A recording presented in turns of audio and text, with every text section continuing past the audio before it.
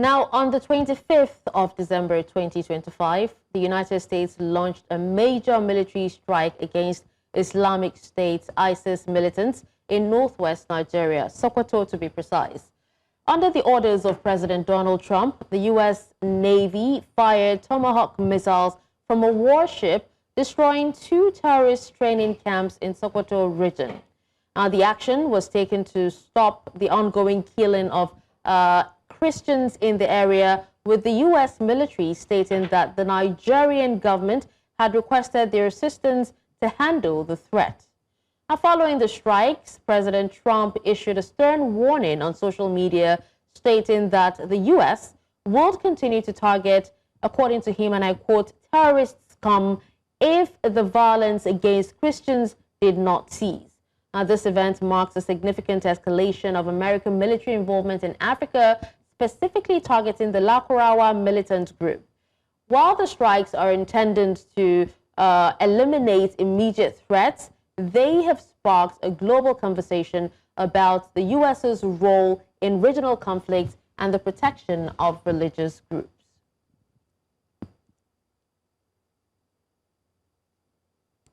Now joining us to make sense of this, we have Roland Stockton, Regional Director, TRAS Intelligence and Security Solutions Limited.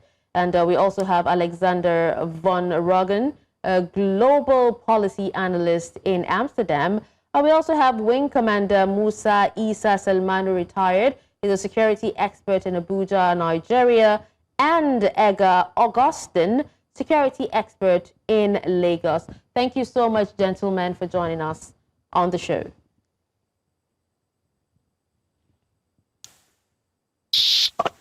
Thank you for having me. All right, so first of all, I would like to hear the thoughts of each and every one of you on this. So let's begin with Alexander van Roggen. Let's begin with you. Well, I think we have an attack. We knew something was coming. Obviously, America doesn't advertise its strategies in the media. Otherwise, the plan is a plan to fail. Let's look at why they attacked the Sokoto region as opposed to a Borno state, where most of the alleged Christian genocides have been happening. Sokoto State is neighboring Niger. That's where the Lakurawa group has been infiltrating the porous border and having a camp. That group is not Nigerian. In fact, if you look at the name of Lakurawa, it comes the French les recruits, which is the recruits. These insurgents are from the Sahel and even Libya. To call them recruits means there's an organized plan. It's against Nigeria. So it's very strategic that America would pick that state for the attack. They're coming across the Sahel states. The Sahel states currently are in flux due to 3 recent coups in Niger, Mali, and Burkina Faso. They've left ECOWAS. They've criticized Nigeria, but they all have the same problem with jihadist insurgencies. So I think this strike is very strategic on America's part. It's designed to protect the sovereignty of Nigeria, not to attack it. These are foreign insurgents. They're not Boko Haram, which is a homegrown terrorist group in Nigeria. We'll leave that up to the Nigerian military. Okay. They're foreigners. All right, now let's hear from Ega. Ega, if you can hear me, let's hear your thoughts on this, because the U.S. claims that this was done at Nigeria's request. Yet we see the Nigerian Foreign Ministry statement, was notably more measured. Can you share your thoughts on this? Is it a welcome development? Well, on my view, I think there's no country that has the right to go into a free. No matter what it is. The nation is sovereign, Nigeria is sovereign, and they have that decision. So I want to believe that you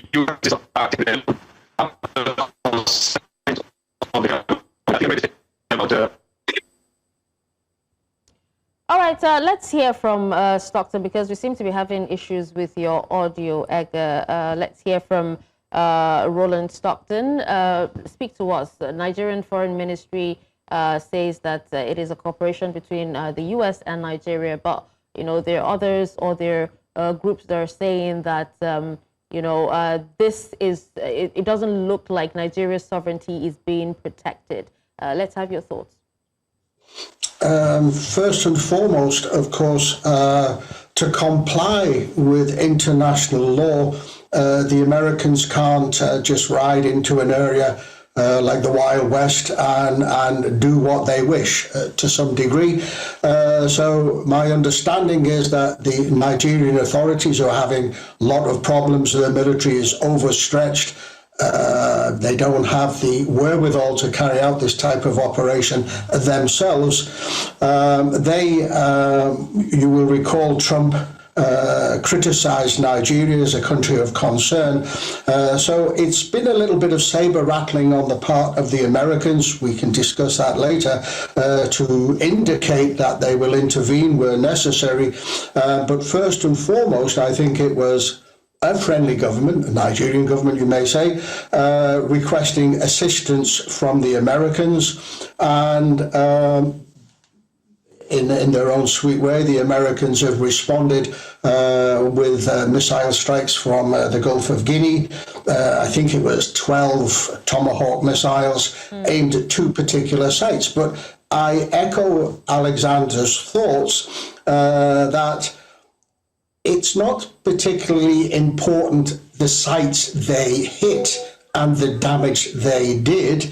A handful of terrorists is neither here or nor there, unless they're attacking you, of course, that's a different matter.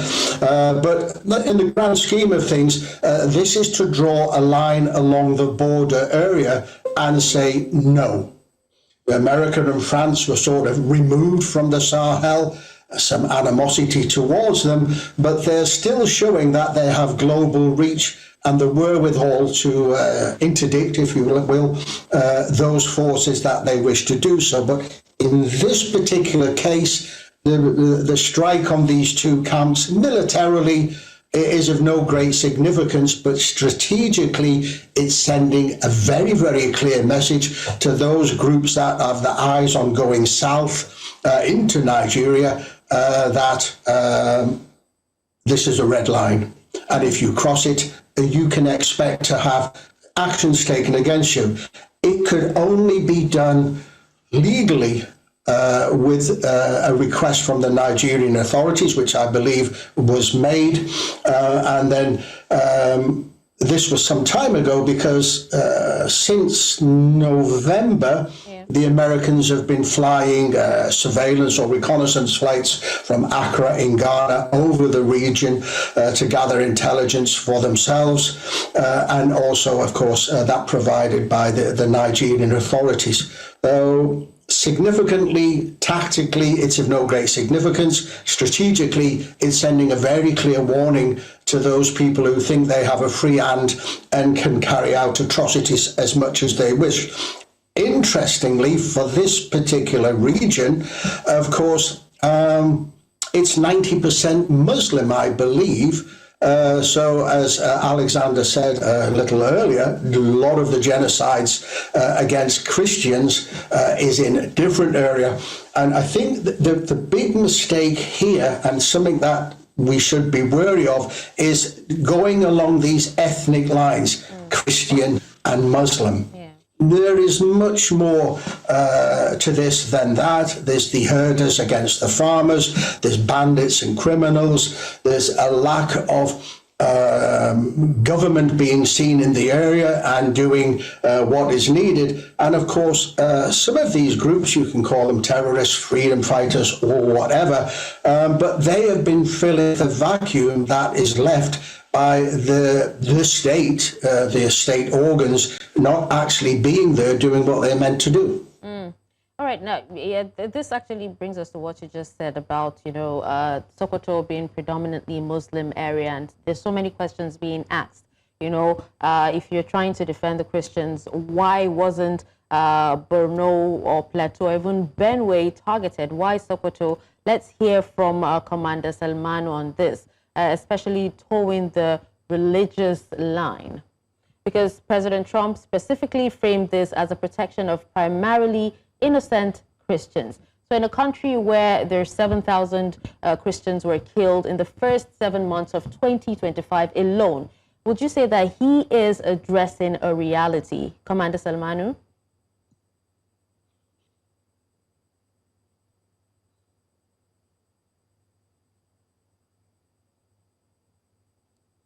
Interviews granted by the Nigerian Foreign Affairs Minister, you find that what you see is a compromise for Nigeria between what the United States, or the messaging of the United States since sometime in November, and what the Nigerian government has been trying to send out. So it's a kind of compromise position, so that the United States do not take unilateral actions, and also so that the Nigerian government is carried along in all this. As we have heard, and what is in the public domain is that the information or the intelligence was provided by the Nigerian government and so on.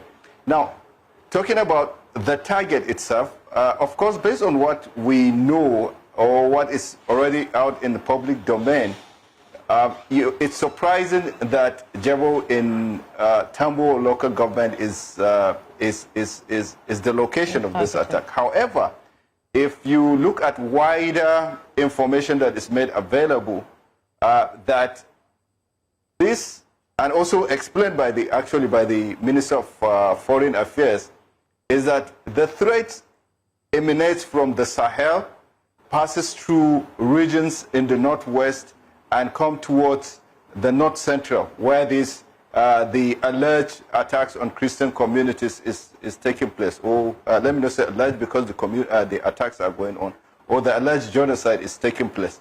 So if you look at it, that in a strategic move to curtail the plans, to curtail their ability to organize these attacks down into the north central, you could see that that might explain the choice of this area, even though it is known by a lot of people, and the argument that it's not a non-terrorist or bandits or by whatever name location. So it could be attacking the logistics, it could be attacking where the plans and so on are being made, so that these real attacks do not take place. So in that context, the location, and we are waiting for more information on that. The location could make sense, going after the perpetrators or the planners of these acts, instead of the location where these targets or these attacks are taking place. All right, let's come back to Edgar. You heard what Commander Salmanu said. He said, you know, targeting Sokoto might mean targeting where the coordination is happening, funding, and even command. And, but let's hear from you as well, what you think about the timing. Why do you think this attack happened on Christmas night? Thank you. I think from all intelligence we have received, monitoring all the communications on the social media platforms, there have been indications that there will likely be attacks, and also reading through historical data of known attacks in Nigeria over time against Christian communities. It has always happened within 25th, well, and I think the U.S. probably too for the past 1 month. They have been using their. They have been applying technical surveillance, and of course they have people. Also, the Nigerian forces are helping them with the ground intelligence. So all of this, they have added up everything that they need before this attack happened, before the strikes happened. So they are not acting alone. There've been a lot of consultation. If you are following all the news and the trends, there have been back and forth from U.S. and Nigeria, and there have been an agreement. And to me, I would say that it is a very good deterrent. I would say strategically, it's a deterrent because these have never happened, and Nigeria cannot succeed alone. I always been saying because of one, their ethnicity sentiment and also religious sentiment not allow us to do it. It's not something the Nigerian army cannot handle. But because it has gone through these foundational elements, we need a third party, as a judge, that will come from somewhere else to rescue Nigeria. So it is very timely because that axis, after the Boko Haram at the northeast, I think there's been a lot of cry even from the former governor of Sokoto State. I have been hearing him, I've been monitoring him. It's not only affecting the Christian community, let us correct that, especially in Sokoto.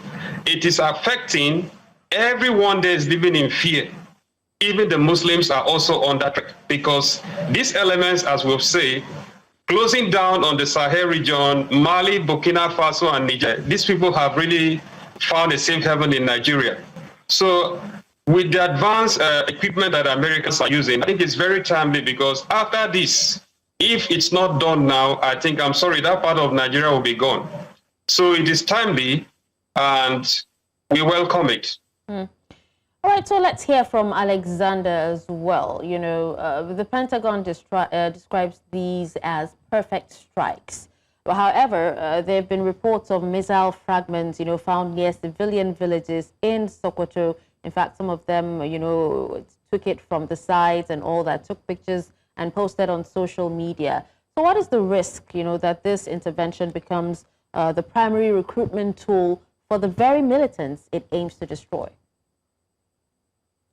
Well, when the U.S. military refers to a perfect strike, recently in Iran, when they bombed the reactor, the enriched uranium plants, supposedly destroying them, those were perfect strikes too. And then time has dictated that perhaps maybe they weren't as effective as what they thought they were. I don't think there's anything such as a perfect strike unless you're targeting one person and you kill one person and you take them out without any collateral damage. That's very rare. There's always going to be resistance on the ground, especially when there's civilians. They're living in fear. They're going to embellish their fear and criticize any action whatsoever. I think you have to look at the importance of this action and what the message that is being sent says. And the fact that it happened on Christmas is maybe symbolic, but then if you look at all the attacks from insurgents that happened at Christmas in Nigeria, and the refusal to call it an attack against Christians, I think, is a little bit absurd. If a bandit wants money, he robs a bank because that's where they keep the money. If he wants to kill Christians, he goes to the church where they're all assembled, usually on a Christian holiday, to be most effective. So I think this debate should stop being secular and talk about Nigeria as a whole. You're almost 50-50 Muslim to Christian. You want to protect Nigerians. That's the focus you have to keep. And any action should be directed to saving Nigerians and protecting them. The rhetoric of secular motives causes paralysis through analysis. You can debate it till you're blue in the face. It doesn't matter. The objective should be the same. Stop the killing, protect Nigerians at whatever that cost may be. All right, stop the killing. Now, Roland, we've actually seen situations in the past where airstrikes, you know, have actually hit civilian communities. And now we see the Pentagon describing this as perfect strikes. Let's hear your thoughts on this, considering that the missile fragments were actually found near civilian villages. Said there really is no such thing as a perfect strike. There will always be collateral damage. And again, he made the analogy, if you're an assassin with one bullet and you fire the bullet, you hit the target, the person's dead, it's a perfect strike.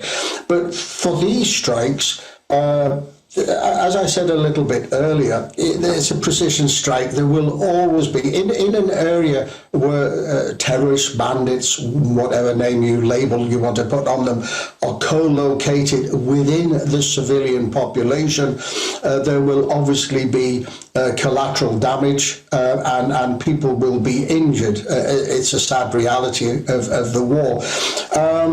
One of the militaries that goes to great lengths to, this could be argued, to prevent the civilian casualties, or collateral damage, of course, is the Israelis. And we find that when they're talking about terrorists, so the Arab terrorist groups, they would attack on a particular religious festival. I don't want to mention, for the same reasons as Alexander, this religious aspect. It's protecting the Nigerian population. But the message that was sent out on Christmas Day was the same message that the terrorists have used in the past. We will attack you when you least expect it. Yom Kippur, for example, the Arab armies and terrorists have attacked on a number of occasions on a particular festival. Who would have thought, really, that on Christmas Day, a Christian holiday when everybody's meant to be celebrating and brotherly love and so on and so forth, that the American military would conduct a strike? Certainly the terrorists would not have expected this. And looking at this from a psychological, strategic point of view, it's sending the message to them that there is no hiding place and there is no safe times on your calendar. This was, in this case, very precise. It was a precision strike against the psychological mindset of the terrorists, because they would not expect this sort of activity to take place on what is considered one of the holiest days, I suppose, in the Christian calendar. Not only would it have surprised them rather lethally, but also I think around the world, nobody would have expected this. And this is, of course, is a military tactic. You always strike when the enemy least expects it, but you can't escape the fact that when terrorists, bandits, freedom fighters, whatever you want to call them, are embedded and live amongst the local population or in close proximity, these weapons by their nature are area weapons, fragments and so on and so forth. It could be fuel or explosives, whatever devices they're using, there will always be, sadly, innocent civilians killed. To my mind, as I said earlier, you kill a few terrorists here, there, and whatever. Locally, it might assist the local forces. But really, when you're looking at this, if you're looking at it, you need to be taking out middle management and higher management, logistics, communications, finance, and so on and so forth. You will always find idiots who are happy to share a gun and have been radicalized and brainwashed. That's not so much of a problem, because if they have no money and no weapons, no guns, no petrol, no nothing, they can't do anything. I think where the government now, the Nigerian government, really needs to focus its attention. I'm not an expert on Nigerian law, but certainly there should be a law that for those people who spread hate, be they priests, be they imams, okay, in the pulpit, and incite the particular groups to commit these atrocities, as you saw in Rwanda, this should be outlawed, and those people, if they're guilty of this, should face the justice system. The Nigerian authorities really need to address this now and motivate and galvanize the religious leaders, all religious leaders, to teach from the pulpits peace, and to, rather than inciting the population, they should be doing the exact opposite. In addition, the Nigerian authorities, who've neglected a lot of areas and been found wanting, really need to go and put Nigerian boots on the ground, be they military boots, police boots or the civil authorities. That's where I would say that they should focus their attention. I think the defense minister, Mr. Christopher Musa, I believe, said the military strikes are 30%, 70% needs to be political motivation now. All right, now just before we come to Commander Salmanu, still on you, Roland, this is actually coming just days after U.S. strikes in Syria. Some have actually called this the new Trump doctrine for Africa. But are we moving away from long-term stability building towards a transactional model of offshore missile diplomacy? Sorry, was that directed at me? Yes, sir. Could you just repeat that, please? Sorry, I was saying that, you know, this is coming days after U.S. strikes in Syria. And some have actually termed this, you know, the new Trump doctrine for Africa. So I was asking if we're moving away from, or if you think we're moving away from long-term stability building towards a transactional model of offshore missile diplomacy. I hope we're not moving to gunboat diplomacy. That should always be the last resort. The problem is with Mr. Trump, President Trump, a certain volatility and difficult to know how he's going to react on a daily basis. I really don't know what his end game is and who's advising him, but the strikes in Syria, of course, they were aimed at specific groups, and he has, of course, had meetings with the Syrian president for the moment. The only way that we're going to combat the terrorist threat is by diplomatic and political willpower, coupled with a robust military and police force on the ground, which needs to be financed, it needs to be trained, and certainly needs to be deployed where needed. Nigeria has a lot of problems. This is one of them. American backing can assist, maybe other Western countries as well, but there are other players in the area vying for attention: Iran, Chinese and the Russians. And unfortunately, those pawns on the table are being manipulated by those who may have other agendas, be it rare earth minerals or political ambitions for whatever reason they want to exert their authority. Hopefully, political stability will be what we're aiming for, as opposed to gunboat diplomacy. But with the American president at the moment and the way he's reacting to some things, I sincerely hope he is not going to go down that road. And this was just a warning shot, line in the sand. This is where it stops. And now the diplomats and the politicians can get on with the major task that the country faces. Okay, so let's hear from Commander Salmanu, still on this, because Trump previously promised a guns blazing approach. But is this single strike a one-off warning, or are we looking at the start of a permanent U.S. air campaign over the Sahel?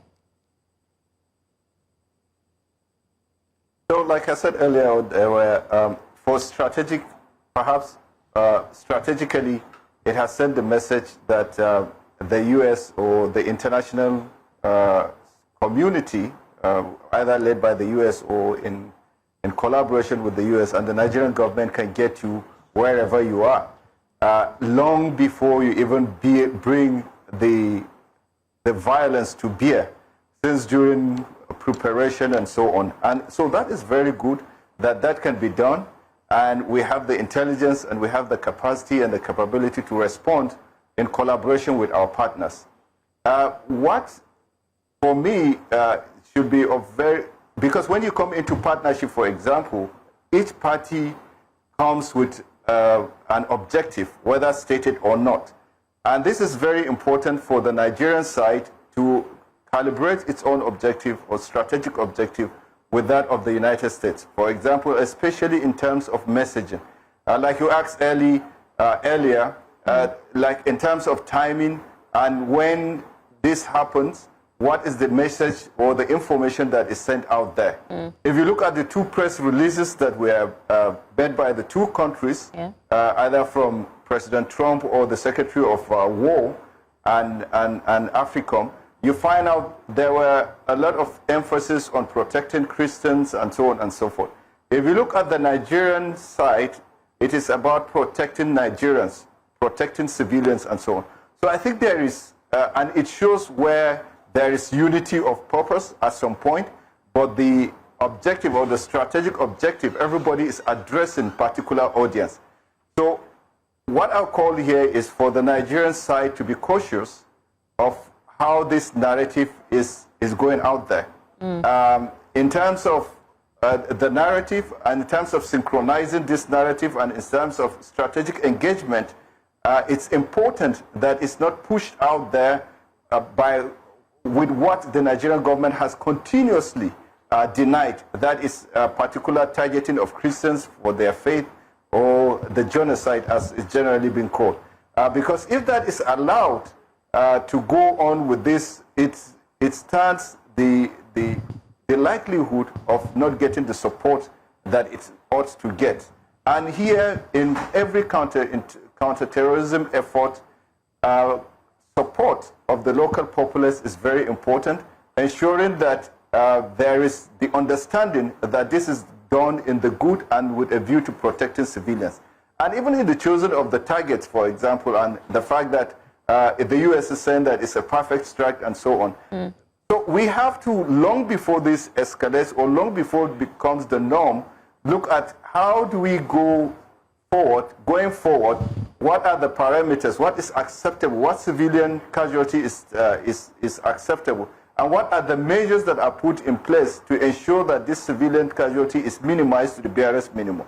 What are the civilian casualty mitigation processes and procedures that are put in place? And if harm occurs, what are the processes that are there, for example, to ensure that this is brought down and to the barest minimum? So all these are important, and when partners come together to decide on operations or to work on operations, these are issues that have to be deliberated upon, and these are issues that have to be agreed upon if it is an equal partnership. So the messaging, the narrative is very important, and I expect that the Nigerian side, if there are going to be subsequent strikes, will insist on what type of narrative is pushed out there. Okay, now just before you go ahead, Commander, before I come to Edgar as well, how should the military, that's the Nigerian military, which is an institution with its own pride and history, react to the U.S. doing the job that they are constitutionally mandated to do? You know, this question has been asked in so many places. Does this undermine the credibility of the Tinubu administration at all? So what we understand, from the information available, is that most of this, the intelligence was supplied by our own side, that's the Nigerian security forces or intelligence community, and by the Nigerian government. So if that is so, it means that most of this information was perhaps gotten from the military or other security or intelligence agencies. In that way, it is more of collaboration rather than usurping of their powers. It is, however, worrisome that, for example, if we had this intelligence, the question that comes next is that, don't we have the capability to take this threat out? If there's an intelligence of some plan in Sokoto, and this is confirmed, the follow-up question is that, does the Nigerian military have the capacity or that capability to take off this threat? If the answer is yes, it has the capability to do that, then you begin to wonder, why did we have to invite the U.S. to do that? If the answer is no, we don't have that capabilities, then it justifies why that invitation comes in. Now, as we all know, on the Nigerian side or the Nigerian statement kept emphasizing on protection of civilians. The responsibility to protect doctrine means that, one, the Nigerian government has the responsibility to protect its own civilians. Now, the second line is that the international community has a responsibility to assist the Nigerian government in protecting its own civilians, where it is not capable of doing that.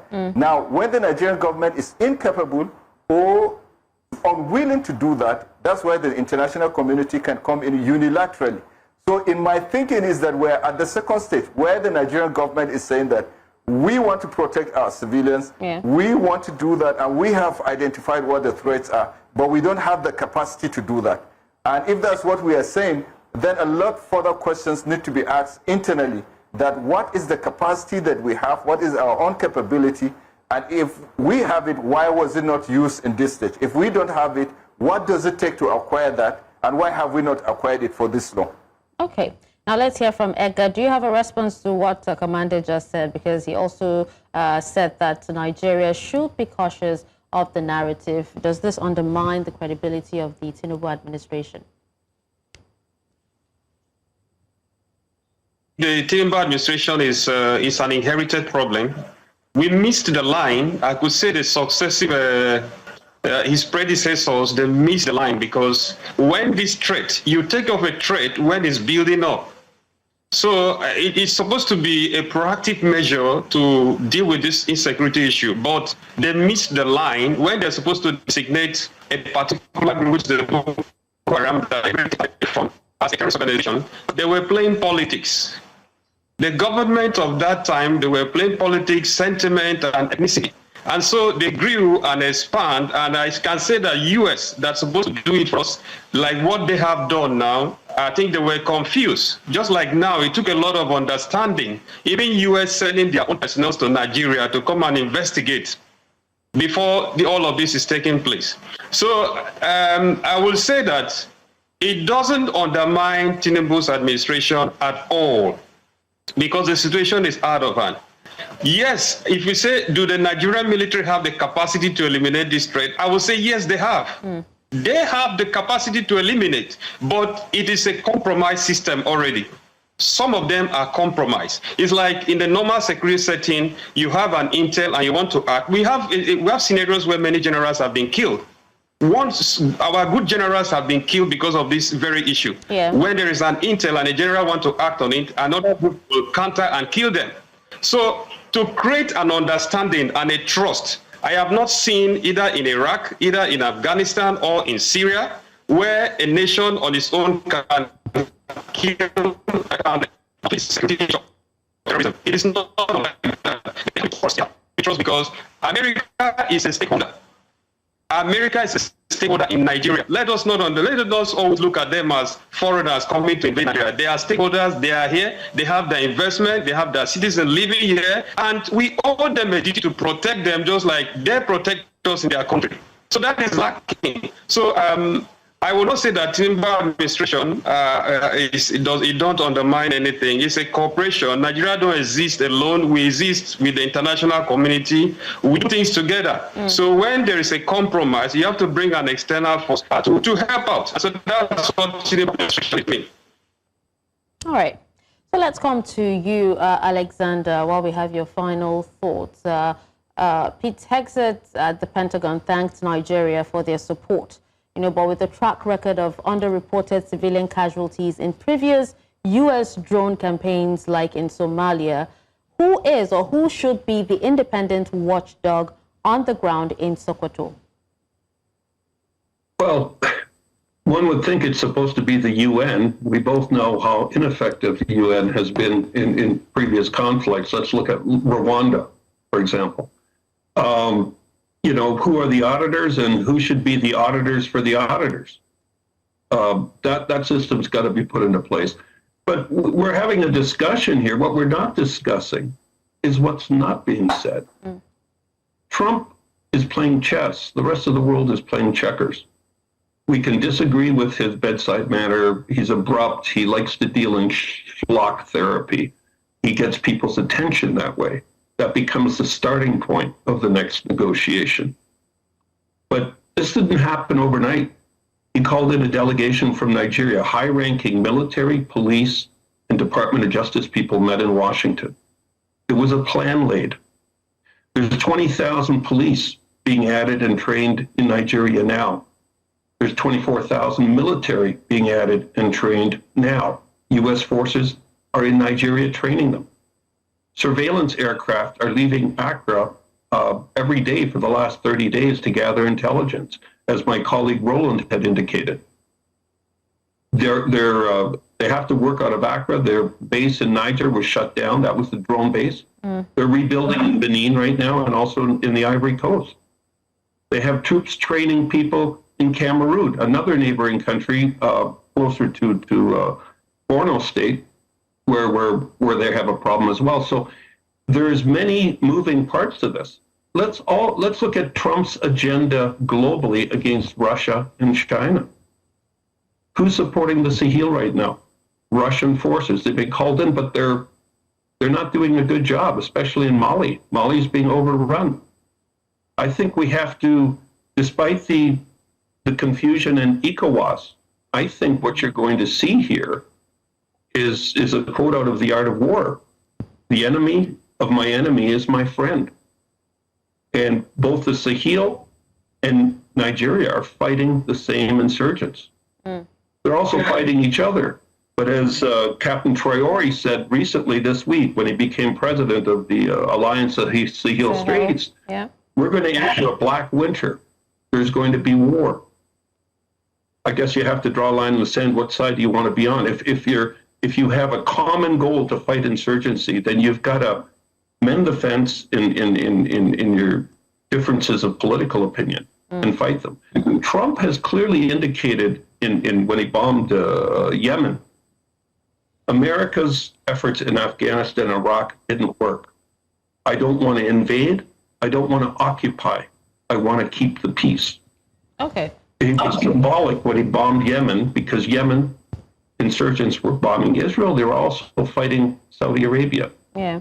He showed the Islamic State that he's there to help the peace. So I think we have to look at that in a broad scope here as to what his agendas are in Africa before people draw paranoid opinions. And unfortunately, because we're in a neo-colonialist era right now, people are more sensitive in Africa, and justifiably so.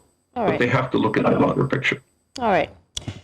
Well, sorry, Roland, you have something to say in 1 minute? We're about to wrap up. Okay, I'll go very quickly. What we need now is for smart, intelligent people with cool heads and cold minds to take a step back, see what needs to be done to address the issues, and set the wheels in motion to set that agenda straight. 30% military, 70% is everything else, as Mr. Christopher Musa said. We need cool, calm, collected thought and work out which way we're going to go and who we're going to be in bed with and who we're going to fight. All right. Well, thank you so much, gentlemen, for your time and your expert's opinion on this. Wing Commander Musa Isa Salmanu, retired security expert; Edgar Augustine, security expert; Roland Stockton, Regional Director, TRAS Intelligence and Security Solutions Limited; and Alexander Van Roggen, Global Policy Analyst. We appreciate you for your time again. Thank you. Season's greetings, everybody. Wish you the same. Thank you for having us. Thank you. Bye.